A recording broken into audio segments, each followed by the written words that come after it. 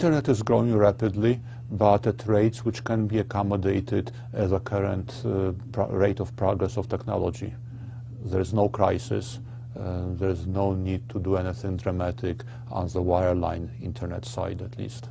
Demand for transmission capacity is growing, still growing very fast, but the rate of growth has actually been coming down to a point where it's lower than the rate of improvement offered by technology. So in the case of wireline connectivity, I don't really think that these threats of metered plans are likely to materialize.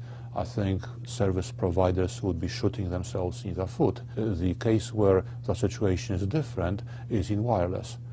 So what we see today is explosion in data usage on wireless networks, especially as more smartphones are sold. This was already becoming noticeable with, say, the BlackBerries, and it's much more noticeable with the Apple iPhone, where people tend to kind of do much more with it and can download and upload much more data.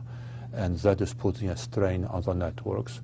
And so in wireless, it could very well be that indeed we will have more kind of constraining sort of plans being offered to the public. Although I think the industry's concern is more with the people who upload information. So especially people who use pirated video and kind of let their machines be used for peer-to-peer distribution. And in those cases, since it's not individuals inside the household who are consumers, but potentially dozens or hundreds of people outside who are downloading off of that machine, traffic can really mount up very quickly. People very often confuse the concept of paying by the byte or metered pricing for access to the Internet with the notion of net neutrality.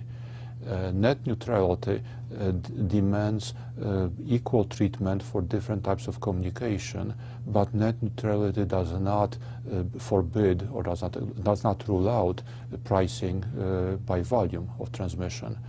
So, I mean, net neutrality would say forbid a carrier from stopping you from accessing Google and forcing you to use Yahoo for your searches, for example. But you could still charge by the byte. We have extensive experience from a variety of industries which show that whenever you impose any caps, then there's a very dramatic effect on usage caused by several factors. This has been explored fairly extensively. And in environments such as the Internet, where there is an incentive set for the kind of, say, content providers, for application providers, but also even for the connectivity providers to encourage usage, that's likely to be detrimental to the industry.